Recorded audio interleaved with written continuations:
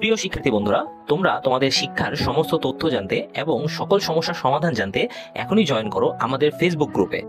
Facebook গ্রুপের link দেওয়া আছে ডিসক্রিপশন বক্সে। স্বাগতম সবাইকে ওয়াইস পয়েন্ট একাডেমিতে। আশা করি তোমরা সবাই ভালো আছো। আমরা কথা বলছিলাম নবম শ্রেণী বাংলার তৃতীয় অধ্যায়ের সর্বশেষ পঞ্চম পরিচ্ছেদ নিয়ে। গত ক্লাসে কিন্তু আমরা কিশলয় জন্মমৃত্যু এই গল্পটি পুরোটা পড়েছিলাম, প্রতিটা লাইন ধরে ধরে তোমাদের সাথে আলোচনা করেছি, ব্যাপারটাকে সহজভাবে বুঝাবার চেষ্টা করেছি।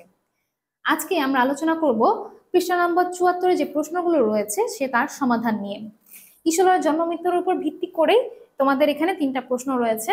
তাহলে আসো কথা না বাড়িয়ে সেই প্রশ্নগুলোর সমাধান নিয়ে কথা বলি।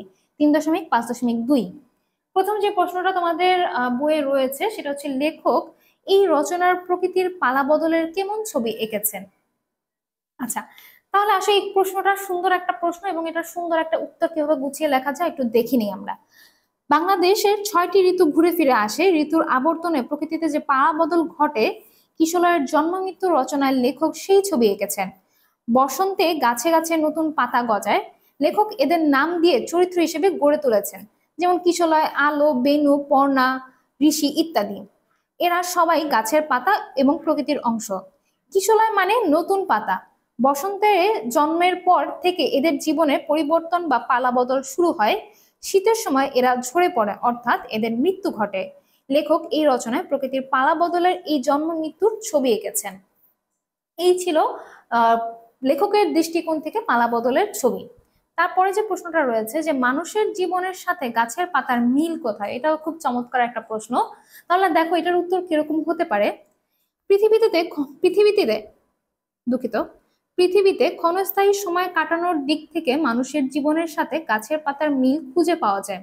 মানুষ পৃথিবীতে আসে, কিছুকাল অবস্থানের পর চলে যায়, যাওয়ার কোনো সুনির্দিষ্ট সময় নেই। গাছের পাতাদের বেলায় একই কথা। বসন্তকালে গাছে গাছে নতুন পাতা জন্ম নেয়, নতুন পাতা ধীরে ধীরে বড় হয়, রং বদলায়। বসন্তের পর গ্রীষ্ম, বর্ষা, শরৎ, হেমন্ত পেরিয়ে যায়, গাছের অংশ হিসেবে ফুরিয়ে আসে পাতার জীবন। শীতে পাতাগুলো ঝরে পড়ে মাটিতে, এভাবে পাতাদের মৃত্যু ঘটে। মানুষের জীবনও একই রকম। এখানে মানুষের জীবনের সাথে গাছের পাতার মিল পাওয়া যায়। আশা করি তোমরা বুঝতে পেরেছো। এভাবে চাইলে তোমাদের মতো করে অন্যভাবেও বিষয়টাকে গুছিয়ে মানুষের জীবনের মৃত্যু কিভাবে আসে সেটাও কিন্তু তোমরা গুছিয়ে চাইলে লিখতে পারো। আচ্ছা, এরপর সর্বশেষ যে প্রশ্নটা রয়েছে যে এই রচনায় জীবন সম্পর্কে লেখকের কোন মনোভাবের প্রতিফলন ঘটেছে। আচ্ছা, তাহলে দেখো এই রচনায় জীবন সম্পর্কে লেখকের যে মনোভাবের প্রতিফলন ঘটেছে তা হলো জীবন ক্ষণস্থায়ী এবং মৃত্যু অবধারিত। এটা কিন্তু একটা বাস্তবসম্মত কথা। এই একটা কল্পনা নির্ভর কথা হলেও এই রচনাটা একটা কল্পনা নির্ভর রচনা, কিন্তু এই রচনা থেকে আমরা যে বার্তাটা পেয়েছি সেই বার্তাটা হচ্ছে এটাই, যে জীবন ক্ষণস্থায়ী এবং মৃত্যু অবধারিত, এবং এই বার্তাটা কিন্তু একটা বাস্তবসম্মত বার্তা। সবার জীবনের মৃত্যু অবধারিত। এর যথার্থ প্রমাণ পাওয়া যায় কিশলয়ের জন্ম মৃত্যু রচনায়। মানুষ মরণশীল, একসময় মানুষের জীবন শেষ হয়।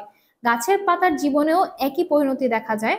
বসন্ত এসে গাছের ডালে ডালে কিশলয় বা নতুন পাতা জন্মায়। এই পাতাও চিরস্থায়ী চিরস্থায়ী নয়, এখানে নয় হবে, ঠিক আছে, ভুলে সম্ভবত আসেনি। বছর ঘুরে শীতকাল এলেই গাছ থেকে বিচ্ছিন্ন হয়ে পাতার জীবন শেষ হয়। এই রচনায় জীবন সম্পর্কে লেখকের এই মনোভাবেরই প্রতিফলন ঘটেছে। পাতার বর্ণনার মধ্য দিয়ে প্রকারান্তরে এখানে মানুষের জীবনের উদ্দেশ্য তুলে ধরা হয়েছে। এখন আসলে মানুষের জীবনের উদ্দেশ্যই মূলত আসলে বোঝানো হয়েছে। তাহলে এই ছিল কিশলয়ের জন্ম মৃত্যুর উপর ভিত্তি করে তোমাদের পাঠ্য বইয়ে যে 3টি প্রশ্ন রয়েছে তার সমাধান। আশা করি তোমরা বুঝতে পেরেছো। তোমরা তোমাদের মতো করে নিজের ভাষাও চাইলে এর সমাধানে তা লিখতে পারো। এছাড়াও তোমাদের যদি আরো কোনো প্রশ্ন থেকে থাকে, কোনো সমাধানের প্রয়োজন হয়, তোমরা সেটা আমাদেরকে ভিডিওর নিচে কমেন্ট বক্সে জানাতে পারো। আমরা অবশ্যই চেষ্টা করবো তার সমাধান দেওয়ার জন্য। পরবর্তী ক্লাসে তোমরা পৃষ্ঠা নম্বর 76-এর যে সমাধান এবং ছক রয়েছে তার পেয়ে যাবে। সে পর্যন্ত সবাই ভালো থাকবে এবং অবশ্যই ওয়াইস পয়েন্টকে সাবস্ক্রাইব করে ওয়াইস পয়েন্টের সাথেই থাকো। তোমাদের সুবিধার জন্য ডেসক্রিপশন বক্সে ওয়াইস পয়েন্টের অফিসিয়াল ফেসবুক পেজ এবং গ্রুপের লিংক দেওয়া থাকবে। ধন্যবাদ সবাইকে, ভালো থাকবে।